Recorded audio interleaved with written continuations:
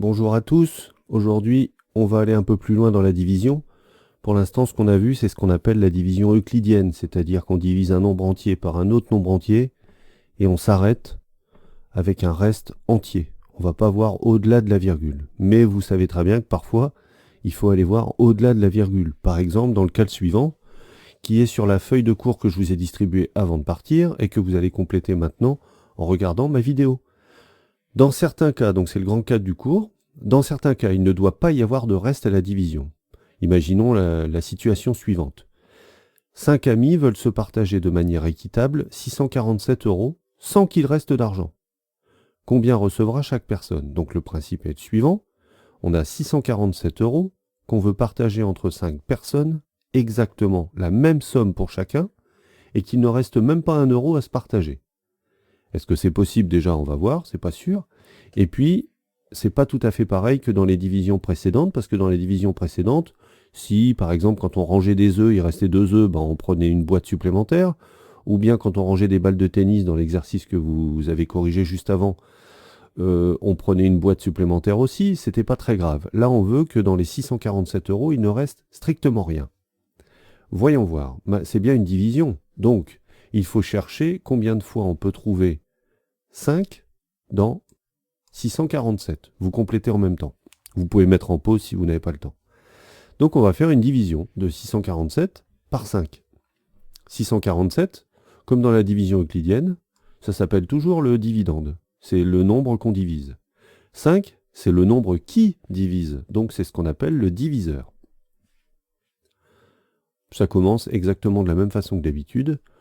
On va avoir dans 647 combien de fois on peut mettre 5. Sauf qu'on va aller le plus loin possible pour qu'il ne reste rien.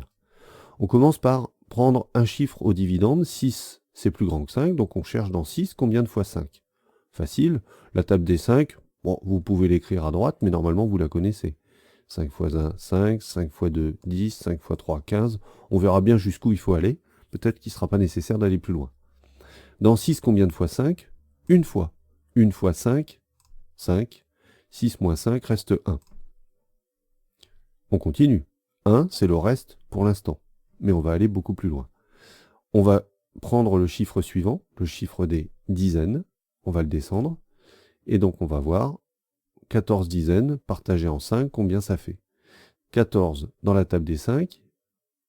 On peut y aller que 2 fois, parce que 2 fois 5, ça fait 10. Et 3 fois 5 ou 5 fois 3, ça fait 15, c'est trop grand. Donc 14 est encadré par les deux multiples consécutifs de 5 que sont 10 et 15. 14 est entre les deux. Donc on peut mettre 2 fois 5 dans 14. 2 fois 5, ça fait 10. 14 moins 10 reste 4. On continue. On va maintenant prendre le chiffre des unités. Dans 47 unités, combien de fois peut-on mettre 5? Je n'ai pas écrit la table des 5 jusqu'à 47, mais on peut continuer. Vous savez que 9 fois 5, ça fait 45. 10 fois 5, ça fait 50. C'est trop grand. De toute façon, ils ne font pas aller au-delà de 9. 9 fois 5, 45. Il reste 2. Si on s'arrête là, c'est une division euclidienne. Ça veut dire que si on divise 647 par 5, ça fait 129. Et il reste 2 €. Il reste 2 € à partager. Mais justement, on ne va pas s'arrêter là. On ne veut pas qu'il reste un seul euro. Donc on va aller plus loin. Et pourquoi on pourrait aller, comment on peut aller plus loin? En regardant le chiffre suivant dans la partie décimale.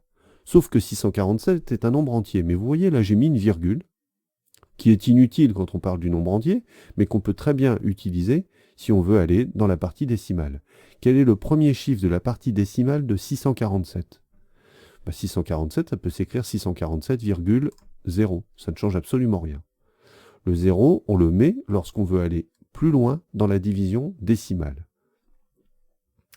Je prends donc le chiffre suivant, qui est un 0. Là où on est en train d'affirmer en fait que 2 unités qui restaient, on les transforme en 20 dixièmes. C'est tout à fait vrai. Dans 2 unités, il y a 20 dixièmes. Et les 20 dixièmes, on va les partager en 5 parties. Donc, on va chercher dans 20, combien il y a de fois 5. Seulement attention, parce que maintenant, on est passé dans la partie décimale. Donc, au moment où je mets une virgule ici, et que je descends le chiffre des dixièmes, il faut qu'en même temps, je mette une virgule dans le quotient, juste après le 9 ici. Maintenant, dans 20, combien il y a de fois 5? Bon, maintenant, c'est pareil, comme d'habitude. 4 fois 5, 20. 20 moins 20 reste 0. Et là, c'est fini. On pourrait très bien avoir à continuer encore davantage en descendant des chiffres successifs dans les centièmes, les millièmes et ainsi de suite. Mais ici, il se trouve que ça tombe exactement juste à partir des dixièmes. Le nombre 0, c'est le reste, il est nul. Il est nul parce que c'est une division décimale et que je suis allé le plus loin possible. Le nombre qui est ici, ça s'appelle un quotient. Alors, ce n'est pas un quotient entier, c'est un quotient décimal. Donc, vous voyez que la manière de poser une division décimale est exactement la même qu'une division euclidienne avec des nombres entiers, sauf que on va être amené à dépasser la virgule dans le dividende et à mettre une virgule dans le quotient au même moment. Il ne faut surtout pas l'oublier. Si on veut vérifier ce qu'on a fait, on peut faire exactement comme pour une division avec des nombres entiers.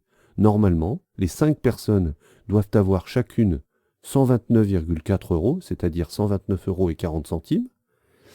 Il reste 0 €, donc 5 fois 129,4, ça doit faire exactement 647. Je vous laisse le soin de vérifier que quand on fait 129,4 fois 5, ou 5 fois 129,4 si vous préférez, ça fait exactement 647. Donc dans une division décimale, celle-ci ou n'importe laquelle, on a toujours le quotient décimal multiplié par le diviseur, ça doit toujours faire le dividende. Si ce n'est pas le cas, c'est forcément qu'il y a une erreur.